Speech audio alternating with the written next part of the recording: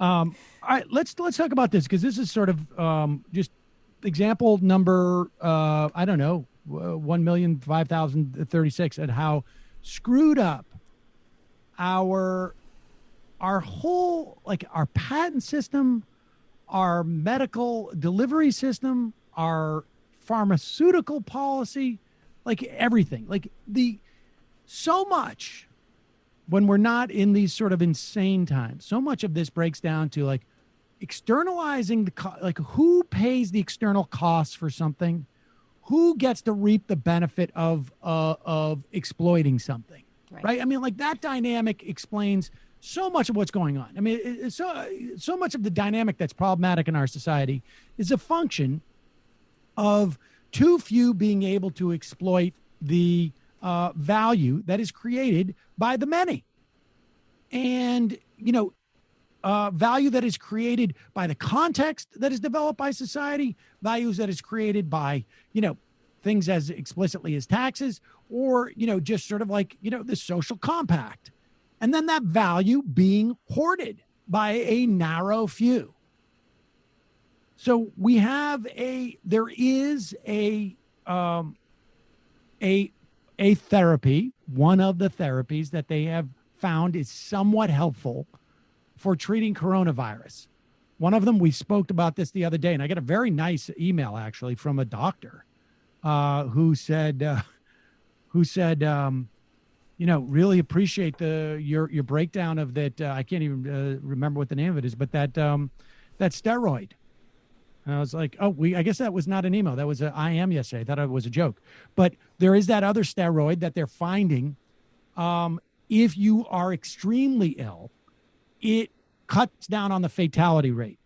There's another treatment that is for the opposite end of the spectrum where you're not deathly ill, but it diminishes the length of time that you are ill with COVID if you are suffering from it by about 4 or 5 days. Not nothing, helpful and important because it gets people out of the hospital quicker, saves people money, opens up space for even more ill people, right? I mean, that's the value of this. It was essentially invented by Gilead scientists. It's called Remdesivir. I don't know why they make it so hard to pronounce. They made this, I think they developed it they invented it about 10 years ago. They were looking for treatments for hepatitis C. It didn't go anywhere. They didn't spend any money on developing it. Later, they realized this could be an antiviral drug, but we don't want to spend the money on developing it. Right. So they partnered with the U.S. government. The U.S. government provided $70 million, at least, to develop the drug. And it's been developed. It's found to be, like I say, somewhat helpful for this. The Clinical and Economic Review, Institute for Clinical and Economic Review, said Gilead could cover its costs by distributing the drug for as little as $1 to $60 per dose, or $100 to $160 per dose if all of the company's 2020 costs are taken into account. All of the company's costs, not just for the drug, but for everything.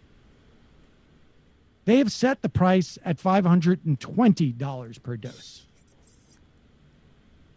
And apparently you need something like 6.5 doses. What? 6 doses to deal with it. So it's about a $3,500 course of action. Here is the CEO, Daniel O'Day, asked, why do taxpayers have to pay 30% more for the COVID drug? Oh, incidentally, not only did the U.S. taxpayer pay for all the trials and whatnot, they are selling the drug at about 70% the cost overseas, ostensibly to allow other countries to have access to it. Here he's being asked by Meg Terrell on CNBC about why is it that we invested in it and we don't get a break on it. Tell us about your decision to set the list price 30% higher for U.S. insurers than for government payers. Some are pointing out that U.S. taxpayers helped fund the NIH trial supporting the data behind remdesivir's approval or emergency use authorization. Why set it 30% higher for U.S. insurance companies? Right. So for everybody's knowledge, for every medicine in the United States, there are always two prices. There's a government price, and then there's a price for private insurers. That's part of the system in the United States, which allows for required and expected discounts to the government off of every medicine accordingly. What I want to assure you, Meg, is that at both of those prices, we focused on making sure that that all patients would have access. And based upon, this price level, based upon the immediate savings to the healthcare system that this medicine provides, based upon programs from the government, whether you're covered by a private insurer, whether you're covered by a government insurer, whether you're uninsured with COVID-19, there will not be an issue with access for remdesivir. Unless you can't afford it. I just want to focus on that idea that there are two different prices a little bit, because you are saying that Gilead needed to take a different approach during a pandemic to pricing a medicine. But did the middlemen, the insurers, the folks that are benefiting from that difference between the net price and the gross price, they don't see the pandemic as a time when they need to be thinking differently about drug pricing? Oh, my God. Well, I think the community at large is definitely coming together to think about how to make sure that patients with COVID in the hospital system are well covered. And that's true from the government programs to the way the private insurers have approached this, to the way the CARES program is there for the uninsured patient populations, to the way that the research-based pharmaceutical industry has programs to make sure that if anybody needs support for their medicines, they receive it. So I think the system comes together. The system, is such that you do still have these two prices in the United States. But most importantly, I think the way that we price this assures that patients will have access. How does it assure? How? Well, first off, the whole thing, that whole segment, is a complete fig leaf. Like, they're going to focus on the two different prices. Her second question was literally, "You've been really great about this. Why do you feel like other entities that are profiting off this haven't been?" Look, the bottom line is, we put that $70 million in. We should own a significant chunk of that drug, period, end of story. And by we, I mean the U.S. government, the U.S. population. As soon as you get $1 to develop any of this stuff, there needs to be price controls on it. Absolutely. There needs to be, like, you want to make a 10% profit, 15% profit on a drug? Fine. That's it. Capped, period. It's just absurd that they're going to get away with this. And the big selling point is like, but we are making it 30% cheaper for developed nations so that everybody can have this drug. Well, the whole thing starts out at like 400% over cost.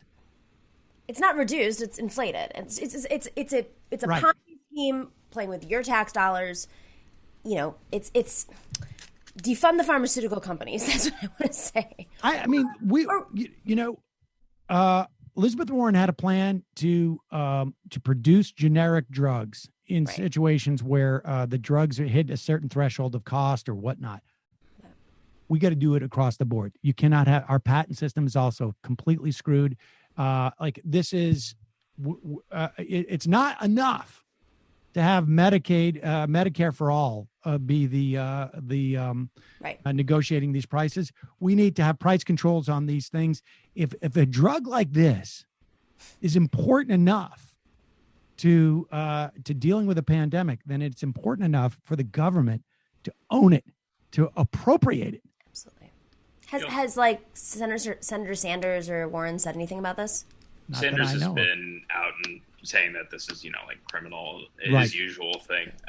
But he also puts the lie to the idea of access. He's like, yeah, anyone's going to be able to get a bill for this, the $5,000. Exactly. No, we'll charge it, and it'll be fine for us. Right.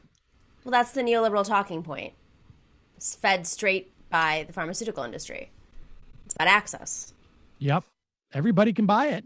Yep. You just might lose your house over it. Big run on yachts, though. Did you know that? Number of yachts has doubled. The order for filling yachts has gone through the roof. Unbelievable. You can build your own little, island.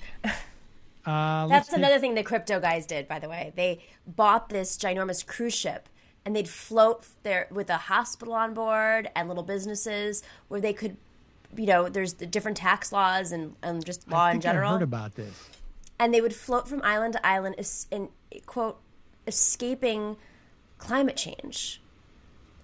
Well, I guess, as the sea level rises, so too does their boat.